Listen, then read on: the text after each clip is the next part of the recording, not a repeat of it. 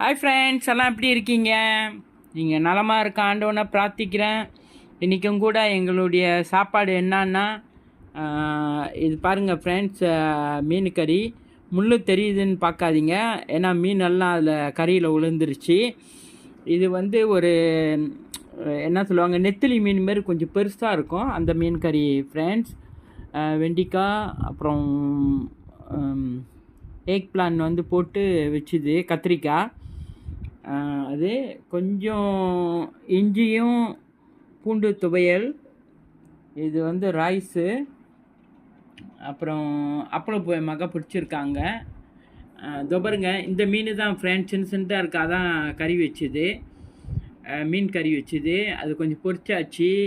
அப்புறம் உரிப்பாறை மீன் வந்து தொபருங்க ஒன்று பொரிச்சுது. அப்புறம் இது என்னன்னா